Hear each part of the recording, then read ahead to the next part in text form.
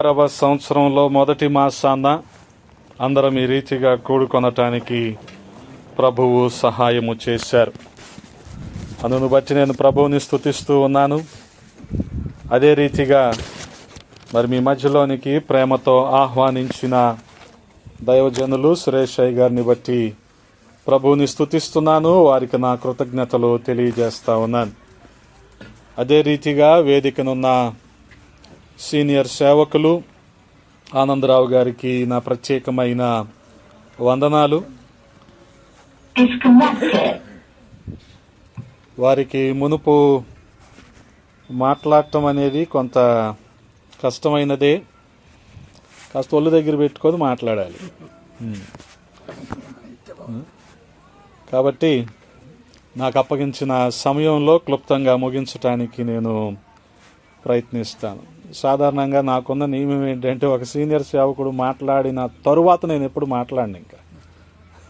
ఎందుకనంటే వారి అనుభవాలు మనకు సరిపోతాయి.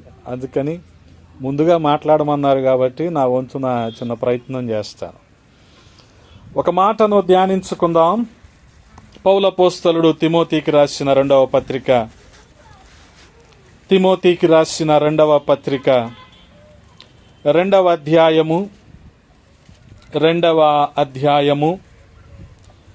రెండవ వచనాన్ని అందరం కలిసి చదువుదామా? రెండవ వచనము. నీవు అనేక సాక్షుల ఎదుట నా వలన వినిన సంగతులను ఇతరులకును బోధించుటకు సామర్థ్యము గల నమ్మకమైన మనుషులకు అప్పగింపుము. సామర్థ్యము గల నమ్మకమైన మనుషులకు అప్పగింపుము. ప్రార్థన. మమ్ములతి మిక్కిలిగా ప్రేమించిన మా ప్రియ పరలోకపు తండ్రి, ఈ ఉదయాన్న మీ సన్నిధిలో మేము ఉండటానికి కృపనిచ్చారు. స్తోత్రాలు.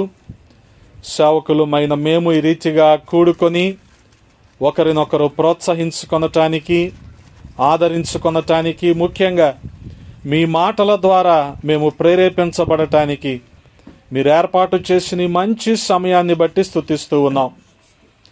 నాయన, కొద్ది మాటలు నాయన మా వినికిడిలో ఉంచండి. అల్పుడినైనా నన్ను మరుగు చేయండి. మీరే మా అందరితో ముచ్చటించండి. మీ హస్తాలకు అప్పగించుకుంటూ ఉన్నాం. సహాయము చేయండి. ఈ లేఖనాల ద్వారా మమ్మల్ని దర్శించమని బతిమాలుకుంటూ ఉన్నాం. సమస్తాన్ని మీ స్వాధీనంలో ఉంచుకొనండి. మీకే మహిమలారోపిస్తూ యేసయ్య పరిశుద్ధ నామంలో అడిగి వేడుకుంటున్నాము తండ్రి. ఆమేన్. దేవునికి స్తోత్రం. హల్లెలూయా. ప్రభునందు ప్రియ సహోదరి సహోదరులారా, మరి మీ అందరూ కూడా సురేష్ అయ్య గారు పంపించిన ఫ్లయర్ చూసే ఉంటారు. ఆ ఫ్లయర్లు అనేకమైన విషయాలు పొందుపరచబడ్డాయి. ముఖ్యంగా ఆ శీర్షిక పైన ఉన్న పిలుపును మనం గమనించగలిగితే, దేవుడు సేవకునికి ఎట్టి పిలుపునిచ్చాడో, ఎట్టి నమ్మకత్వాన్ని సేవకుడి నుంచి దేవుడు ఆశిస్తూ ఉన్నాడో, ఎటువంటి సామర్థ్యాన్ని దేవుడు కోరుకుంటూ ఉన్నాడో మనం అర్థం చేసుకోవాలి. ఆ పిలుపును మరి ఆధారం చేసుకొని నా వర్తమానాన్ని నేను సిద్ధపరుచుకున్నాను. క్లుప్తంగా కొద్ది నిమిషాల్లో ఈ మాటలన్నీ కూడా ముగించడానికి నేను ప్రయత్నిస్తాను. మరి సమయాన్ని మరి సీనియర్ సేవకులకు అప్పగిస్తాను. గమనించండి ప్రియ సహోదరి సహోదరులారా, అనేక మంది సాక్షుల ఎదుట నా వలన వినిన సంగతులను ఇతరులకు బోధించుటకు సామర్థ్యము గల నమ్మకమైన మనుషులకు అప్పగించుము. పౌలపోస్తలుడు తిమోతితో మాట్లాడుతూ ఉన్నాడు. వయసు రీత్యా పౌలపోస్తలుడు చాలా పెద్దవాడు, వృద్ధాప్యంలో ఉన్నాడు. వృద్ధాప్యంలో ఉండి తన అనుభవాలన్నిటి మీదట, తన మిషనరీ ప్రయాణాల్లో తను ఏర్పాటు చేసిన సంఘాల పట్ల ఎటువంటి శ్రద్ధ కలిగి ఉన్నాడో వాటన్నిటిని కూడా జ్ఞాపకం చేస్తూ, తరచూ వారికి ఉత్తరాలను రాస్తూ, వాటి ద్వారా వారందరినీ కూడా బలపరుస్తూ ఉన్నారు. ముఖ్యంగా మిగిలిన పత్రికలన్నీ కూడా సంఘాలను ఉద్దేశించి రాస్తే, ప్రాముఖ్యంగా తిమోతికి రాసిన ఈ 2 ఉత్తరాలు అలాగే తీతుకు రాసిన ఉత్తరము కూడా కాపరులను ఉద్దేశించి రాసిన పత్రికలు. హల్లెలూయా.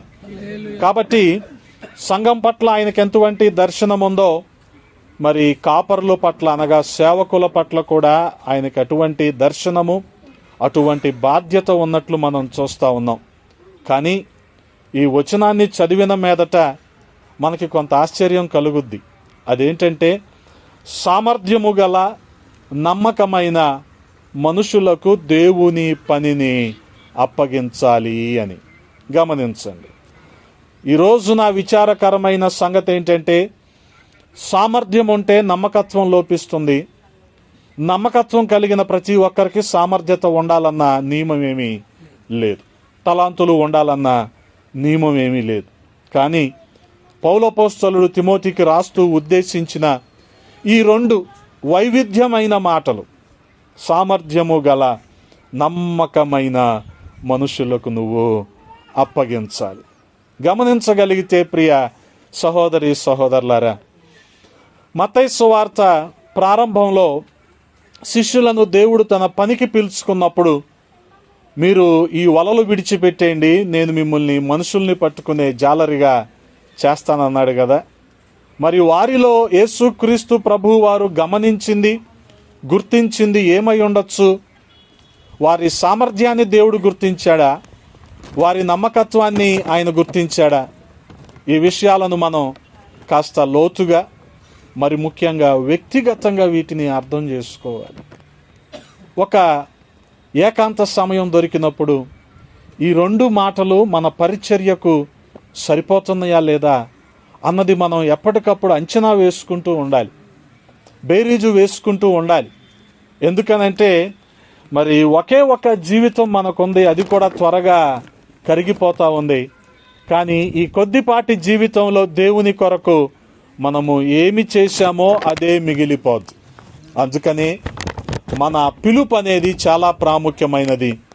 మన పిలుపుకు తగినట్టు నమ్మకంగా ఉండటం, పిలుపుకు తగినట్టు సామర్థ్యము కలిగి ఉండటం చాలా ప్రాముఖ్యమైనది. గమనించండి, చాలా అవసరం ఇది. ఎప్పుడు ఎలాగైతే మరి చెప్పాను కదా, ఏకాంత సమయం దొరికినప్పుడు వీటన్నిటిని మనం అంచనా వేసుకుంటూ ఉండాలి. నేను నా పిలుపుకు తగినట్టు నమ్మకంగా ఉన్నానా? నేను నా పిలుపుకు తగినట్టు సామర్థ్యత కలిగి ఉన్నానా? మనం అర్థం చేసుకున్నప్పుడు, అంచనా వేసుకున్నప్పుడు, పరిశీలన చేసుకున్నప్పుడు ప్రభువు ఖచ్చితంగా ఆ పిలుపుకు తగినట్టు మనల్ని వాడుకుంటాడు. అందుకే మనం గమనించగలిగితే ప్రియ సహోదరి సహోదరులారా, చూడగలిగితే ఇక్కడ పౌలపోస్తలుడే మరి కొరింథీయులకు రాస్తూ అంటాడు, తన 2వ పత్రికలో 5వ అధ్యాయములో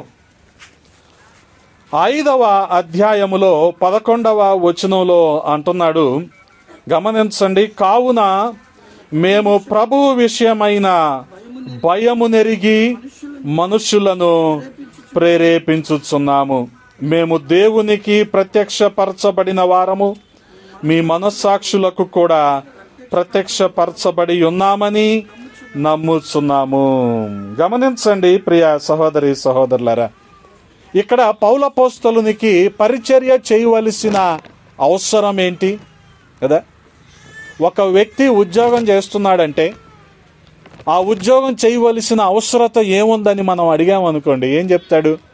నాకు చాలా అవసరం అండి, ఉద్యోగం లేకపోతే నా కుటుంబం గడవదండి, నేను పోషించబడలేను, నా పొట్ట గడవదండి. ఈ మాటలు మనం వినిపిస్తూ ఉంటాయి. అందుకని బీఈడి కాలేజ్కి నేను ప్రిన్సిపల్గా పనిచేశా. 100 మంది ఉంటారు ప్రతి బ్యాచ్లో, టీచర్ ట్రైనింగ్కి వచ్చిన వాళ్ళు. వాళ్ళని అడిగే నేను మొదటి ప్రశ్న ఏంటంటే, ఎందుకు చేరావు అని అడుగుతా.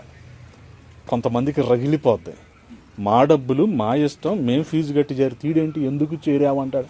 నువ్వు ఎందుకు చేరావో నీకు తెలియాలిగా కదా, ఎందుకు చేరావు? దానికి ఆ ప్రశ్నకు సరైన జవాబు నీ దగ్గర ఉంటే నువ్వు ఆ ఉద్యోగానికి న్యాయం చేస్తావు, ఆ ఉద్యోగానికి నువ్వు ఒక సార్థకత తీసుకొస్తావు. పరిచర్య కూడా అటువంటిదే. అందుకనే గమనించండి, ఎందుకు చేస్తున్నాం, ఏవి మనల్ని ప్రేరేపిస్తున్నాయి పరిచర్య చేయటానికి అనేది మనం ఎప్పటికప్పుడు బేరీజు వేసుకుంటూ ఉండాలి. ఎప్పటికప్పుడు ఆత్మ పరిశీలన చేసుకుంటూ ఉండాలి, ఎందుకు చేస్తున్నాం. అందుకనే పౌలపోస్తలుడు అంటాడు, కొన్ని అవసరతలు ఉన్నాయి పౌలపోస్తలునికి పరిచర్య చేయటానికి కలిగిన కొన్ని అవసరతలు కదా. మనిషికి ఎలాగైతే శారీరక అవసరతలు ఉంటాయా, ఆహారము లేకపోతే ఆకలి కానీ దప్పిక కానీ, ఇవి తీర్చబడటం శారీరక అవసరతలు ఇవన్నీ కదా. అలాగే కొన్ని భావోద్వేగపరమైన అవసరతలు కూడా మనిషికి ఉంటాయి. ప్రేమ చూపించటం, ప్రేమ పొందుకోవటం కదా, ఇటువంటి మనిషికి అవసరం. సహనం, ఓర్పు, ఇవన్నీ భావోద్వేగపరమైన అవసరతలు. ఈ అవసరతలు గనక సరైన విధానంలో మనం పాటించకపోతే ఏం జరుగుతుంది? ఒక రకమైన అసంతృప్తి అనేది జీవితంలో మిగిలిపోతూ ఉంటుంది. అలాగే వీటితో పాటు ఇవేనా అంటే గౌరవప్రదమైన అవసరతలు కూడా మనిషికి ఉంటాయి. గౌరవించబడాలి, గుర్తింపు పొందాలి అనే అవసరత కూడా మనిషికి ఉంటుంది. అందుకనే చాలామంది ఆ మొదటి 2 అవసరతలు తీర్చబడ్డాక ఈ ఆఖరి ఎస్టీమ్ నీడ్స్, గౌరవప్రదమైన అవసరతల దగ్గరికి వస్తారు. జనాలు నన్ను గుర్తించాలి, జనాలు నన్ను గౌరవించాలి. ఏం చెయ్యాలి కదా, ఏం చెయ్యాలి? భర్త ఉద్యోగానికి వెళ్ళాక భర్త డాయమని డబ్బులు ఇస్తాడు కదా, దాంతో ఏం చేయాలి? వడ్డీ వ్యాపారం చేయాలి. చేస్తే అప్పుడు ఆ కాలనీ మొత్తంలో ఏమొస్తుంది? ఆమెకి గుర్తింపు వస్తుంది. ఇలా చేసేవాళ్ళు లేరా? అందుకని ఒక గౌరవం, నా మాట చెల్లాలి అనే పరిస్థితిలోకి ఆవిడ వెళ్ళిపోద్ది. గమనించండి. అలాగే మరి సేవ చేయటంలో మనకున్న అవసరత ఏంటి? నలుగురు మనల్ని గుర్తించాలా, నలుగురు మనల్ని గౌరవించాలా కదా. మొహం మీద వందనాలు చెప్పొచ్చేమో కానీ 100 రూపాయలు వస్తాయా దాంతో? మరేంటండి కదా. మనిషి కనిపించినప్పుడు వందనాలు అయ్యారు అనొచ్చు కానీ వెనకాల నిందనుకుంటారు, నీకు తెలుసా కదా. కానీ ఇటువంటి దాంట్లో ఇరుక్కుపోయి చాలామంది సేవలో ఉండిపోతూ ఉంటారు. కానీ పౌలపోస్తలుడు తనని పరిచర్య ఎందుకు చేయాలి, ఏమి అతన్ని బలవంతం చేస్తుంది అన్న విషయాలు మనతో చాలా స్పష్టంగా మాట్లాడుతూ ఉన్నాడు. అందుకే మనం చూడగలిగితే కొరింథీయులకు రాసిన 2వ పత్రికలోనే 4వ అధ్యాయము 8వ వచనంలో మనం చూడగలిగితే, ఎటు పోయినను శ్రమపడుచున్నను ఇరికింపబడిన వారము కాము, అపాయములోనున్నను కేవలము ఉపాయము లేని వారము కాము, తరమబడుచున్నను దిక్కులేని వారము కాము, పడద్రోయబడినను నశించు వారము కాము. యేసు యొక్క జీవము మా శరీరమందు ప్రత్యక్షపరచబడుటకై యేసు యొక్క మరణానుభవమును మా శరీరమందు ఎల్లప్పుడూ వహించుకొని పోవుచున్నాను. గమనించండి. గమాలియేలు పాదాల దగ్గర విద్యను అభ్యసించిన పౌలపోస్తలుడికి, ఆ తరువాత ద్వంద్వ పౌరసత్వం కలిగిన ఆధిక్యత ఉన్న పౌలపోస్తలునికి ఏంటి పరిచర్య చేయవలసిన అవసరత ఏంటంటే, క్రీస్తు పొందిన శ్రమానుభవము, ఆ మరణానుభవము తన శరీరంలో భరించుకుంటూ దీన్నే ప్రకటించుకుంటూ వెళ్ళాలనేది అతని అవసరత అయిపోయింది. హల్లెలూయా. It has become a dire need. అది అతని అత్యవసరమైన పరిస్థితి అయిపోయింది. ఇంకా దాని నుంచి అతన్ని ఎవరో మార్చలేరు. నువ్వు ప్రకటించొద్దయ్యా, నువ్వు జైల్లో ఉండన్నా సరే అక్కడ కూడా ఏం చేశాడు? అక్కడ కూడా ఉత్తరాల ద్వారా ప్రకటించడం మొదలెట్టాడు. ఎవరైనా చూట్టాకు వచ్చినప్పుడు ఈ ఉత్తరాలు ఇచ్చి సంఘాలకు పంపించేవాడు. ఆ ఉత్తరాలు చదువుకున్న వాళ్ళందరూ బలపరచబడేవాళ్ళు.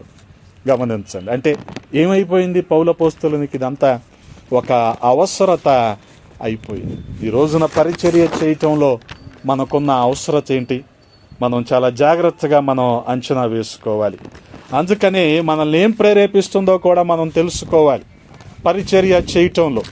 మొదటిగా చూడగలిగితే 5వ అధ్యాయము 11వ వచనం, కొరింథీయులకు రాసిన 2వ పత్రికలోనే 5వ అధ్యాయము 11వ వచనం, కావున మేము ప్రభు విషయమై భయము నెరిగి మనుషులను ప్రేరేపించుచున్నాము. గమనించండి, ప్రభువు విషయమైన భయం, దేవుని అందలి భయము ఇతన్ని ప్రేరేపిస్తుంది. కనుకనే ఇతను ఏం చేస్తున్నాడు? ఇప్పుడు పరిచర్య చేస్తున్నాడు. ఇంతకీ కూడి ఉన్న నువ్వు నేను ఆలోచించాలి, మన పరిచర్యలో మనకి భయం ఉందా? దేవుడంటే భయం కాదు, వాక్యం గట్టిగా బోధిస్తే వీళ్ళు మానేస్తారు, రావాల్సిన కానుక ఎక్కువ పోద్ది, ఆ భయం కాదు నేను అనేది. అసలు భయంతోనే చేస్తున్నావా పరిచర్య? అందుకనే పౌలు అపోస్తలుడు ఏమంటున్నాడు ఇక్కడ? దేవుని అందలి భయము. హల్లెలూయా. ఆ భయము నెరిగి మనుషులను ప్రేరేపించుచున్నాము. ఆ భయము నాకుంది గనుకనే నేను మనుషులను ప్రేరేపిస్తూ ఉన్నాను. అంత మాత్రమే కదా, అంతకు మునుపు అంటున్నాడుగా 10వ వచనంలో, ఎందుకనగా తాను జరిగించిన క్రియల చొప్పున అవి మంచివైనను సరే, చెడ్డవైనను సరే, దేహముతో జరిగించిన వాటి ఫలమును ప్రతి వాడును పొందునట్లు మనమందరమును క్రీస్తు న్యాయపీఠము ఎదుట ప్రత్యక్షము కావలయును. ఈ భయం ఉంది పౌలు అపోస్తలుడు. మనం ఏం పని చేసినా, మరి ముఖ్యంగా వ్యక్తిగత జీవితంలో కంటే పరిచర్యలో ఏ రీతిగా చేసినా దేవుని భయము లేకుండా చాలా కష్టం. అందుకనే దేవుని భయాన్ని బట్టి పౌలు అపోస్తలుడు పరిచర్య చేస్తూ ఉన్నాడు. అందుకే మొదటి ఉత్తరంలో కూడా అంటాడు, చేసిన పరిచర్య భయముతో చేయాలి, ఆ పరిచర్యకు మరి ఫలము ఇచ్చేది కేవలము దేవుడు మాత్రమే. హల్లెలూయా. అందుకనే తన మొదటి పత్రికలో 3వ అధ్యాయం 10వ వచనంలో మనం చూడగలిగితే ఏ రీతిగా పరిచర్య అనేది మరి స్థాపించబడి కొనసాగుతూ ఉంటుందో చాలా స్పష్టంగా మాట్లాడుతూ ఉన్నాడు.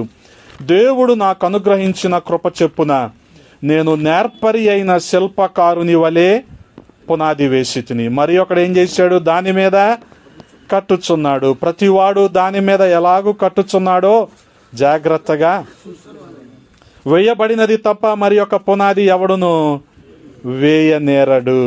ఈ పునాది యేసు క్రీస్తే. అందుకే 3 సార్లు బొంకి భయంతో ఎక్కడో దాక్కున్న పేతురుని పిలిచి ప్రభు అన్న మాట ఏంటంటే, ఈ బండ మీద నువ్వు నా సంఘాన్ని కడతావు. అదే పునాది. హల్లెలూయా. ఆ పునాది మీదే ఆ తర్వాత అనేకులు కొనసాగుతూ వచ్చారు, దానికి కొంత మెరుగులు దిద్దుతూ వచ్చారు.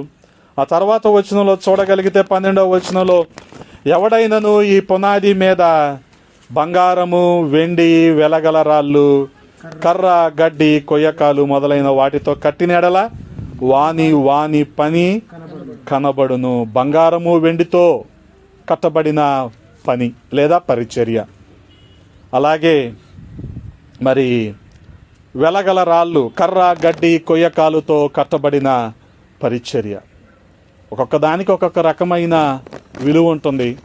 కానీ పని దేని వలన స్థిరపరచబడుతుంది అనేదే మన విఘ్నతకు ప్రభు వదిలేశాడు కదా. అందుకని యేసు క్రీస్తు అనబడిన పునాది లేకుండా మన పని నిలబడదు. ఈ విషయాన్ని మనం అర్థం చేసుకోవాలి. అందుకే కట్టేవారు ప్రతి ఒక్కరూ ఏ పునాది మీద కడుతున్నారని పౌలు అపోస్తలుడు 11వ వచనంలో అంటున్నాడు. ఆ పునాది యేసు క్రీస్తు ప్రభువే. అందుకనే మన ఫౌండేషన్ సరిగ్గా ఉండాలి. గమనించండి. అందుకే ఫౌండేషన్ సరిగ్గా ఉండాలంటే మన పిలుపు సరిగ్గా ఉండాలి. ఎందుకు వచ్చాం అనేది మనకు తెలియాలి, ఎందుకోసం చేస్తున్నాం అనేది మనకు తెలియాలి.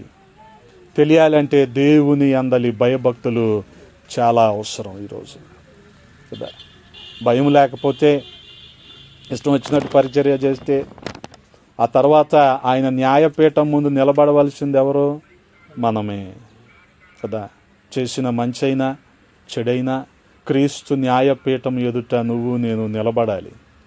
ఈ విషయాన్ని మనం మర్చిపోకూడదు. అందుకనే గమనించండి ప్రియ సహోదరి సహోదరులారా. ఆ తర్వాత మనం చూడగలిగితే వాని పని కనబడును, ఆ దినము దానిని తేటపరచును, అది అగ్ని చేత బయలుపరచబడును, మరియు వాని పని ఎట్టిదో దానిని అగ్నియే పరీక్షించును. పని ఎటువంటిది అనేది అగ్ని పరీక్షిస్తుంది. పునాది మీద ఒకడు కట్టిన పని నిలిచినడలా వాడేం తీసుకుంటాడు కదా. నేను ఉదయం నుంచి సాయంత్రం వరకు ప్రయాసపడ్డానండి, అది నిలబడలేదు, నన్నేం చేయమంటావు అంటే కుదరదుగా. ఆ పని నిలబడితేనే మనం ఏం తీసుకుంటాం, జీతం తీసుకుంటాం కదా. అందుకని కాపరెప్పుడు కూడా ఈ విషయాలను అర్థం చేసుకుంటూ ఉండాలి. పిలుపుకు తగిన పని మనం చేస్తున్నామా, ఆ పనికి గుర్తింపు గౌరవాన్ని కోరుకోవచ్చు, కాదంటలేదు, కానీ అది విలువ కలిగిన పనేనా కదా. అందుకనే దేవుని అందలి భయభక్తులు, దేవుని భయము చేత నేను మిమ్మల్ని ప్రేరేపిస్తున్నాను అంటున్నాడు పౌలు అపోస్తలుడు. అటువంటి భయం అనేది మనకి అవసరం. అంత మాత్రమే కాదు, పిలుపు కూడా చాలా ప్రాముఖ్యమైనది. ఎందుకనంటే ప్రభువారు శిష్యుల్ని పిలుచున్నప్పుడు మత్తయి సువార్త ప్రారంభ అధ్యాయాల్లో వారందరూ కూడా చేపలు పడుతూ ఉన్నారు. కానీ గమనించండి, 3.5 సంవత్సరాలు ఆయనతో ఉన్నారు. ఆయన చనిపోయిన తర్వాత మా పరిస్థితి ఏంటన్న ఉద్దేశంతో యోహాను సువార్త 21వ అధ్యాయంలో వాళ్ళు చేసిన పని ఏంటంటే తిరిగి చేపలు పట్టుకోవడానికి వెళ్ళిపోదాం అని చెప్పి వెళ్ళిపోయారు కదా.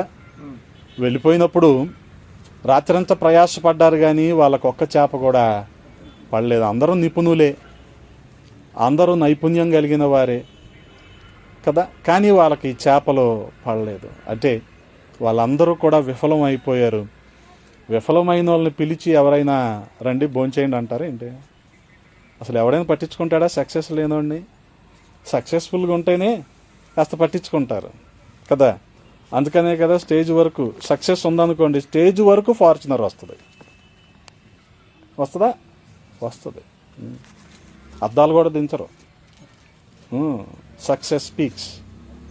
సక్సెస్ లేదనుకోండి, వాడు హవాయి చెప్పులు వేసుకొని వాడు ఇన్షర్ట్ లేకుండా, సూట్ లేకుండా, కోట్ లేకుండా వచ్చాడు అనుకోండి, వస్తాడులే రాని, అయ్యప్ప అది సిమెంట్ రోడ్డు దగ్గర ఉంది, వస్తాడులే రాని చూద్దాం, ఏంటి ఇదంతా తేడా?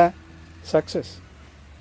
మరి అలాంటి వాళ్ళని యేసుక్రీస్తు ప్రభువారు 21వ అధ్యాయంలో పిలిచి ఏమన్నాడు? మీరు వచ్చి భోంచేయండి అన్నాడు. భోంచేశాక వారికి రొట్టెలు చేపలు పెట్టాక జరగవలసిన పనేంటో వాళ్ళకి తిరిగి అప్పగించాడు. అపోస్తుల కార్యంలో అద్భుతమైన పరిచర్య, పరిశుద్ధాత్మ కార్యాలు మనం చూస్తూ వచ్చాం. హల్లెలూయా. గమనించండి, ఇటువంటివి బయట జరుగుతున్న సంగతులు కొన్నిసార్లు మనం ఆలోచించినప్పుడు అవి చేయకుండా ఉండటమే మంచిదనేది నా ఉద్దేశం, నా వ్యక్తిగత అభిప్రాయం.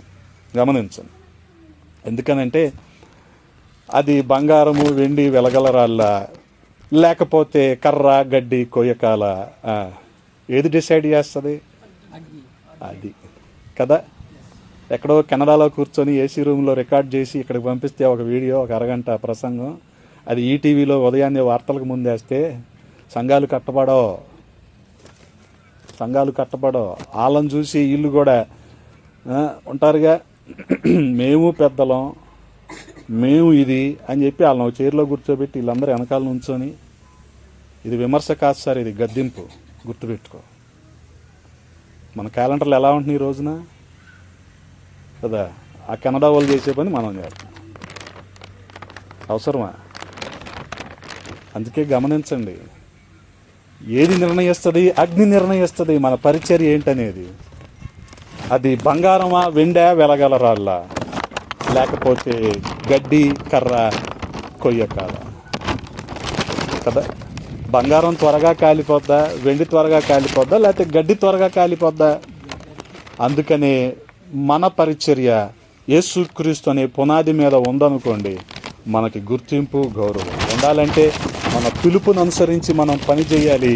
ముఖ్యంగా దేవుని భయాన్ని పెట్టుకొని మనము పని చేయాలి. గమనించాలి, పిలుపు అనేది చాలా ప్రాముఖ్యమైనది కదా. అందుకే అనేకులు కూడా దేనికోసం పిలువబడ్డారు అనేది మర్చిపోతూ ఉంటారు. ఒక్కోసారి వాళ్ళు అనుకుంటారు కుడిమిస్తే పండగ అనుకుంటారు, వచ్చిన పిలుపుని మర్చిపోతారు.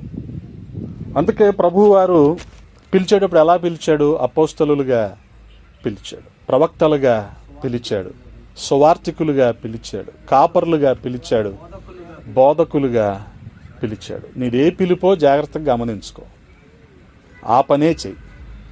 అది సుడి ఒక చోట ఉంటే సొరకు ఇంకో చోట పెట్టావనుకో చాలా కష్టం, ఏ ఫలితం ఉండదు.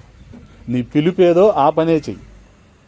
అలా కాకుండా వాళ్ళు ఎవరో చేస్తున్నారని మనం కూడా చేసామనుకోండి చాలా కష్టం. ఎందుకనంటే పిలుపును విడిచి దేవుని భయము లేకుండా పరిచర్య చేయటం అనేది చాలా భయంకరమైన సంగతి. అందుకని ఆ భయాన్ని బట్టి పౌలపోస్తలుడు ఏం చేస్తున్నాడు, 11వ వచనంలో మనం చదువుకున్నాం కదా, కావున మేము ప్రభువు విషయమైన భయము నెరిగి మనుషులను ప్రేరేపించుచున్నాము. ప్రభువు విషయమైన భయం. రెండవదిగా మనం చూడగలిగితే దేవుని భయము మనల్ని ప్రేరేపిస్తూ ఉంటే పరిచర్య వైపు, రెండవది రోమీలకు రాసిన పత్రికలో ఏం ప్రేరేపిస్తుందో ఒకసారి మనం చూద్దాం.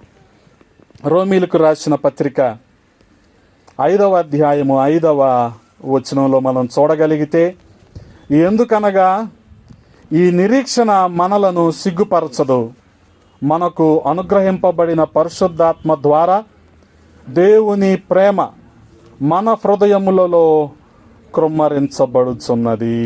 గమనించండి, దేవుని ప్రేమ మనల్ని ప్రేరేపించగా దేవుని పని మనము చేయాలి. దేవుని భయము మనల్ని ప్రేరేపించగా పిలుపుకు తగిన పని మనం చేయాలి. రెండవది దేవుని ప్రేమ. ఆయన ప్రేమ ఎటువంటిది? ఏ అర్హత యోగ్యత లేని వారి కోసం కూడా తన ఆఖరి రక్తం బొట్టు కూడా కార్చిన గొప్ప ప్రేమ దేవునిది. హల్లెలూయా. వాస్తవానికి మనుషులందరూ పోగేసుకుంటారు, కానీ యేసుక్రీస్తు ప్రభు వారు పోగొట్టుకున్నాడు. తన కోసం ఏమీ పోగేసుకోలే. ఆఖరికి ఒక రక్తం బొట్టు కూడా ఆయన కోసం పోగేసుకోలే. ఏం చేశాడు? మొత్తం పోగొట్టుకున్నాడు. అటువంటి ప్రేమ ఆయనది. బహుశా అక్కడ ఉన్న శాస్త్రులు పరిచయులు ఎప్పుడు కూడా, శాస్త్రులు పరిచయుల పరిస్థితి ఏంటంటే ఆయన వెంబడించారనే కానీ ఏ రోజు మారు మనసు పొందలేదు వాళ్ళు. ఆయన ఏం చేస్తున్నాడు, ఆయన ఏం మాట్లాడుతున్నాడు, ఇవన్నీ గమనించటానికి ఆయన వెంట తిరిగారు, కానీ వారిలో ఏ మార్పు కూడా రాల. వాళ్ళు అనుకున్నారు ఈయన త్యాగము, ఈయన ప్రేమ చూసి ఇంత అవసరమా అనుకొని ఉండుంటారు. కానీ మానవాళి రక్షణ కొరకు ఏది అవసరమో ప్రభు అది చేశాడంతే. హల్లెలూయా. అందుకని ఆయన ప్రేమ మనల్ని ఏం చేస్తుంది? బలవంతము చేస్తుంది.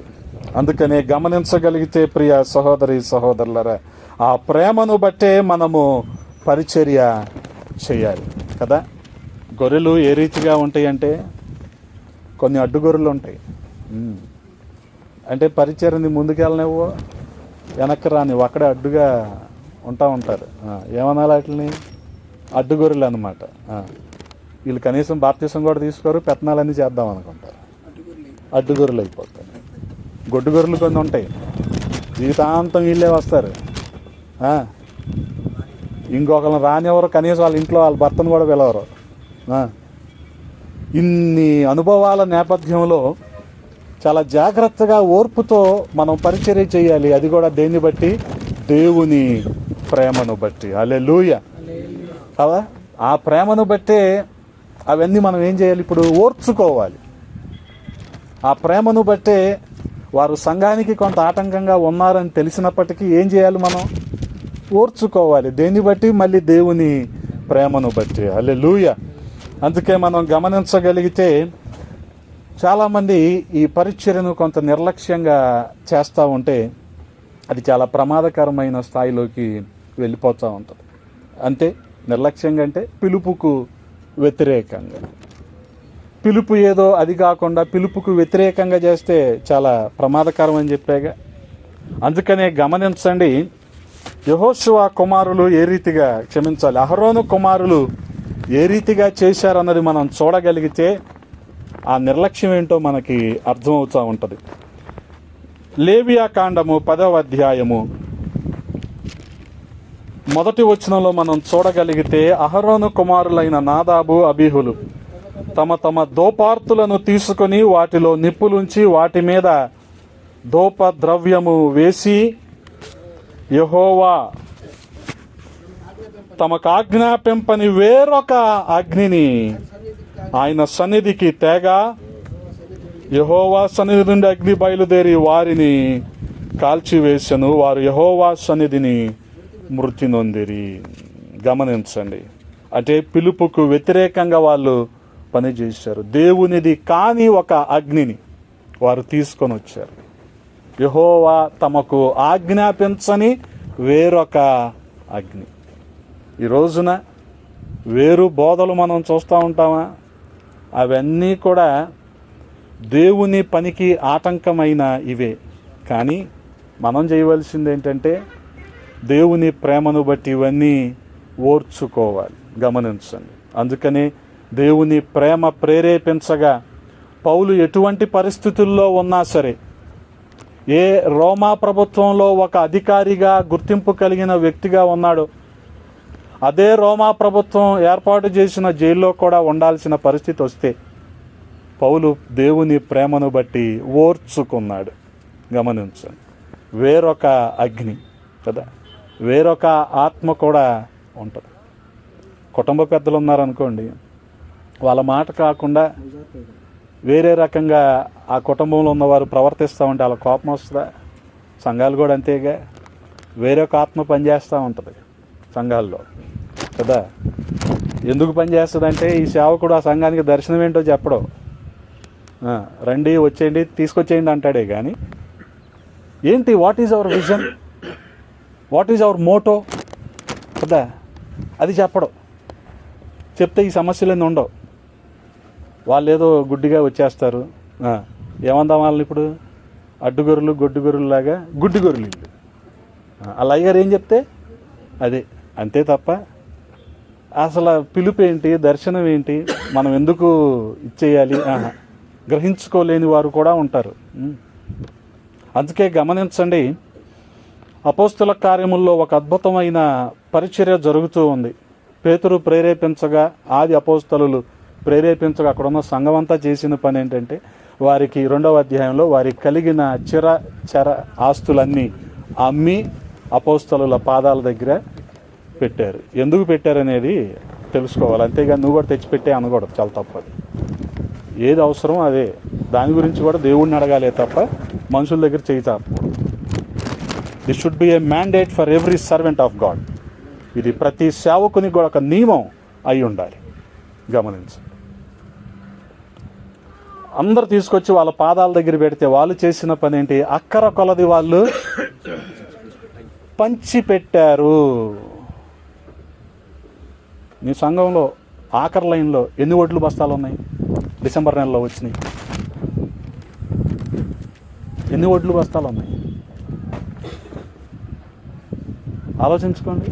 నేను 2 నియోజకవర్గాలను ఉద్దేశించి మాట్లాడుతున్నాను. ఎందుకు పోగేసుకోవటం?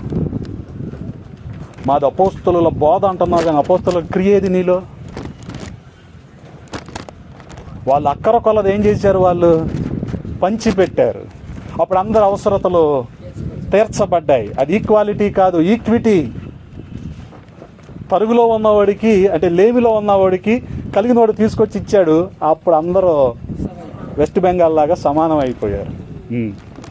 అందుకని వెస్ట్ బెంగాల్ ఎవడు బంగారం వేసుకోడు, వెండే వేసుకుంటారు. ఎందుకనంటే వెండి అందరికి అందుబాటులో ఉంటుంది కొనుక్కోవటానికి. మన దక్షిణాది రాష్ట్రాలు ఎక్కువగా బంగారం కదా. అది ఒక రకమైన ఈక్విటీ, అందరూ సమానమే అనటానికి. అందుకే గమనించండి, అటువంటి అనుభవంలో సంఘం వెళ్తున్నప్పుడు అననీయ సపీరాలు 2వ అధ్యాయంలో ఉన్న ఆ ఆత్మను 5వ అధ్యాయంలో ఏం చేశారు? విభేదించారు. ఎంతకే అమ్మారా? అవును, ఎంతకే అమ్మాం. అమ్మి కొంత ఏం చేసుకున్నారు? వాళ్ళు రికరింగ్ డిపాజిట్ వేశారు, ఫిక్స్డ్ వేశారు. కానీ వచ్చేమంటున్నారు? ఆది అపోస్తలుల దగ్గర ఇంతకే అమ్మాం. వేరొక అగ్ని ఎలాగుందో వేరొక ఆత్మ కూడా అలాగే పనిచేస్తూ ఉంటుంది. కాబట్టి వీటన్నిటిని మనం చేయవలసిన పని ఏంటంటే దేవుని ప్రేమను బట్టి ఓర్చుకోవాలి, దేవుని భయాన్ని బట్టి పరిచర్య చేయాలి, దేవుని ప్రేమను బట్టి మనము ఓర్చుకోవాలి. అననీయ సపీరాలు ఆ రీతిగా వాళ్ళు చేశారు. అందుకనే గమనించండి. మరొక మాటను మీకు జ్ఞాపకం చేస్తాను. కొరింథీయులకు రాసిన 2వ పత్రికలోని 5వ అధ్యాయం 17వ వచనంలో మనం చూడగలిగితే, మనందరికీ పరిచయం ఉన్న మాటే, ఎవడైనను క్రీస్తునందున్న ఎడల వాడు నూతన సృష్టి, పాతవి గతించెను, ఇదిగో క్రొత్తవాయను. గమనించండి, ఎలాగ క్రొత్తవైని? దేవుని శక్తిని బట్టి క్రొత్తవైని. హల్లెలూయా. పరిచర్యకు రాకముందు మన వ్యాపకాలేంటో, మన వ్యాపారాలేంటో, కానీ పరిచర్యకు వచ్చాక అది కేవలము it should be God centred, దేవుని కేంద్రితంగా మన క్రియలు ఉన్నప్పుడు మనము కూడా నూతన పురుషుల్లాగా మనం కనపడతాం, నూతనమైన వారిగా మనం కనపడతాం.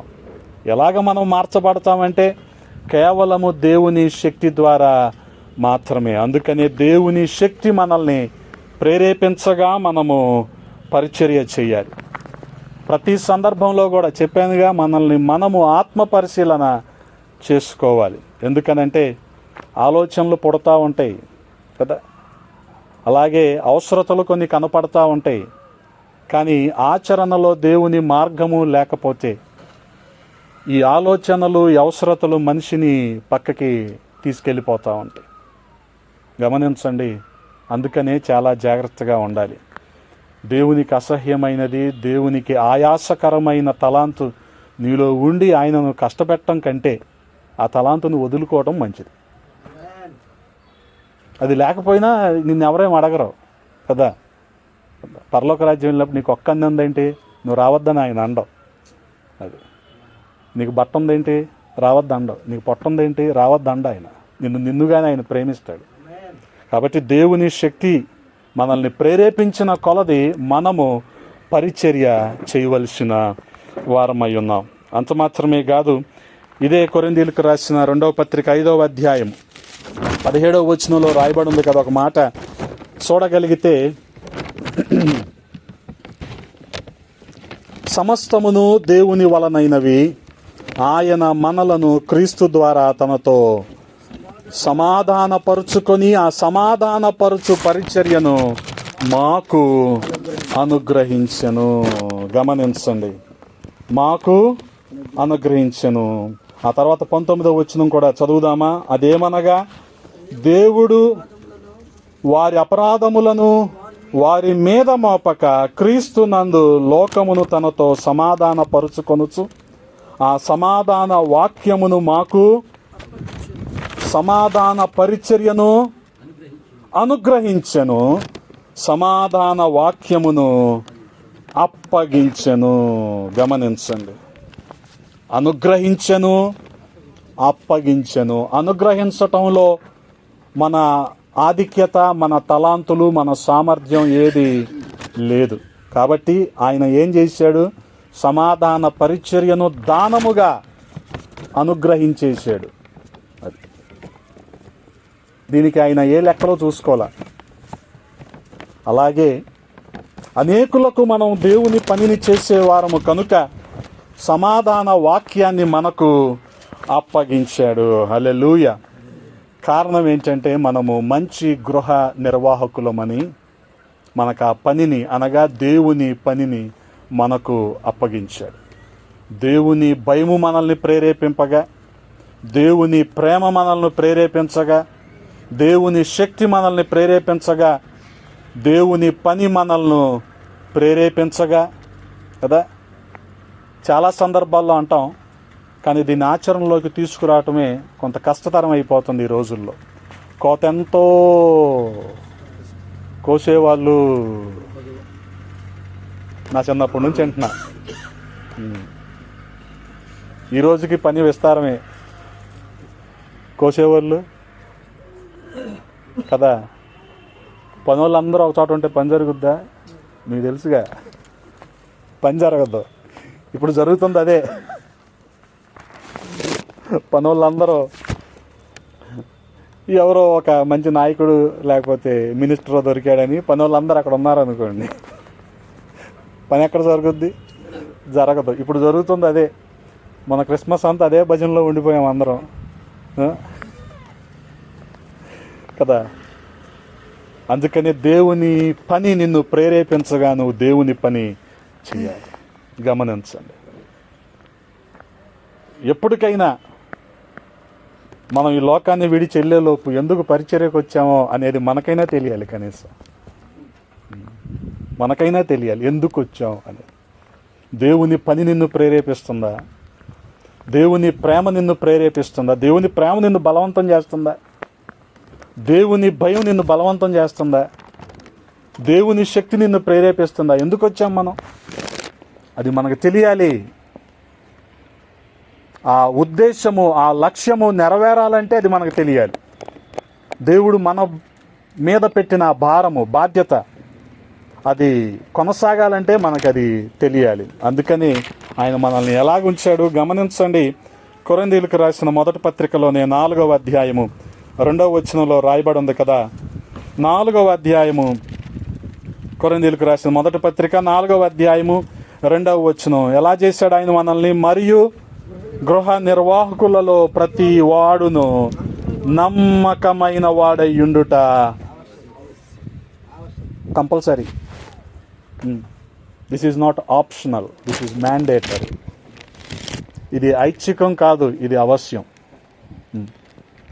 గృహ నిర్వాహకులైన ప్రతి ఒక్కరూ కూడా నమ్మకస్తులుగా ఉండటం అనేది అవసరం. అంత మాత్రమే కాదు, మరొక చిన్న మాటను మీకు జ్ఞాపకం చేసి నేను ముగిస్తాను. కొరింథీయులకు రాసిన 2వ పత్రికలోనే 5వ అధ్యాయం 20వ వచనంలో రాయబడి ఉంది కదా. 5వ అధ్యాయము 20వ వచనంలో, కావున దేవుడు మా ద్వారా వేడుకొనినట్లు మేము క్రీస్తుకు రాయబారులమై దేవునితో సమాధానపడుడని క్రీస్తు పక్షముగా మిమ్మును బతిమాలు కొనుచున్నాను. గమనించండి, మనం ఎవరం? క్రీస్తుకు, మన దేశానికి పొరుగు దేశాల్లో, విదేశాల్లో రాయబారులు ఉంటారు. వాళ్ళు ఏం చేస్తారు? మన దేశం తరపున మాట్లాడుతూ ఉంటారు. మాట్లాడి మనల్ని అక్కడ రిప్రజెంట్ చేస్తూ ఉంటారు. అంటే వారి క్రియలు కానీ వారి మాటలు కానీ భారతదేశాన్ని ప్రతిబింబించేవిగా అవి ఉంటాయి. దాన్ని బట్టే దేశం కోసం వాళ్ళు పనిచేస్తారు. ఇప్పుడు మనం కూడా దేవునికి రాయబారులుగా మనం ఉండాలి అంటే దేవుణ్ణి మనం ప్రతిబింబించే వారిగా ఉండాలి. ఆ లక్షణాలు మనలో ఉన్నప్పుడు ఖచ్చితంగా మనము దేవుని యొక్క రాయబారులం. హల్లెలూయా. గమనించండి, దేవుని యొక్క రాయబారులం. ఆ రీతిగా దేవుని ప్రేమ, దేవుని భయము, దేవుని శక్తి, ఆ రీతిగా దేవుని పిలుపు, దేని కొరకు మనం పిలువబడ్డాం? ఆయనకు రాయబారులుగా ఉండటానికి పిలువబడ్డాం కదా. ఆయనకు రాయబారులుగా ఉండటానికి.